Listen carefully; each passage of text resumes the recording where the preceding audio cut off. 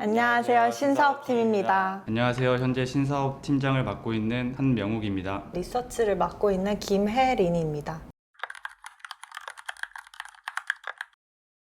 신사업 먹거리요? 네, 신사업팀은 블록체인으로 창출할 수 있는 다양한 가치에 대해 연구하는 팀입니다. 현존하는 블록체인 사업 중 저희만의 기준을 가지고 단기적, 중장기적 전략을 수립하고 있습니다. 저희의 기준에 대해서 간단히 설명해 주실 수 있을까요? 기준은 매우 심플합니다. 첫 번째는 트렌드입니다. 주요 메인넷에서 주목받고 있는 아이템을 연구하여 전략을 수립합니다. 두 번째는 규제입니다. 국내외로 블록체인 규제가 정립됨에 따라 부각받을 수 있는 사업을 파악하여 선제적으로 대응합니다. 마지막으로는 웹2와 웹3의 접점입니다. 두 섹터에 모두 활약할 수 있는 사업이 있다면 당연히 신사업으로 택하지 않을 이유가 없습니다. 이러한 기준으로 헥슬란트는 올해 NFT, 증권형 토큰, 블록체인 게임, CBDC, 웹3 지갑 등 키워드로 뽑아 전략을 수립하고 있으며 이번에는 이 중 증권형 토큰, STO를 중심으로 이야기하고자 합니다. 우선 STO란 단어를 들어보셨나요? 한국의 경우 조각 투자로 더욱 알려져 있는데요.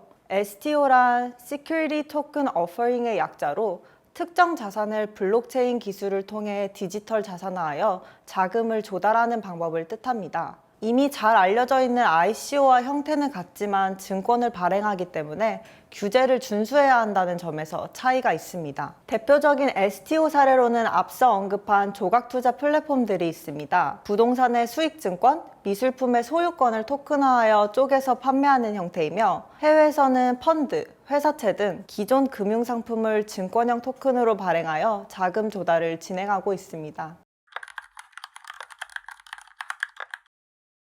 사실 STO는 올해 떠오른 키워드가 아닙니다. 과거부터 STO에 대한 관심은 높았는데 실제로 헥슬란트는 2018년도 말에 STO를 주제로 한 리포트를 발간했습니다. 이때 여러 기업들이 STO 사업을 하겠다고 찾아왔었지만 그 당시의 시장 상황과 규제 공백으로 어려움이 많았습니다. 하지만 최근 가상자산 시장에 대한 인식이 개선되고 관련 규제가 정립되면서 STO는 다시 수면 위로 떠올랐습니다. 특히 현재 논의되고 있는 디지털 자산 기본법에서 가상자산의 증권형 여부와 관련된 가이드라인은 STO 시장에 긍정적인 영향을 끼칠 것으로 예상합니다. 이미 STO 시장이 형성된 해외 주요국 사례를 보면 시장의 첫 단추는 가상자산의 증권형 여부 판단이었습니다. 국내에서도 이와 같은 가이드라인이 나온다면 규제 리스크가 감소하여 시장 참여의 수요는 증가할 것입니다.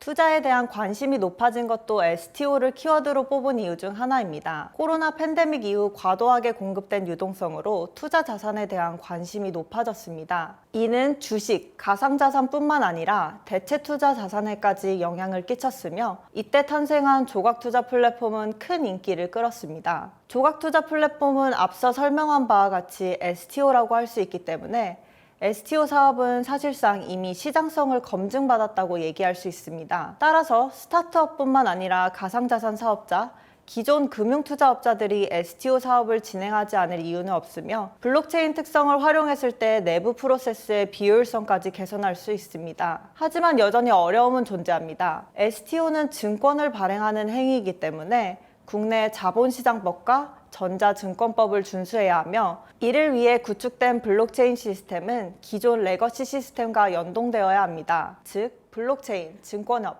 양쪽 지식이 필수 조건입니다. 저희는 이러한 필수 조건이 존재하는 산업은 앞서 얘기한 신사업 기준 중 하나인 웹2와 웹3의 접점이라 생각됩니다. 아직 웹3 기술과 서비스는 완전히 웹2에 적용되기에는 현재 STO와 같은 어려움이 있습니다. 이러한 어려움을 해결해 줄 수 있는 솔루션이 나온다면 당연히 시장은 성장하고 솔루션 기업은 시장을 선점할 것입니다.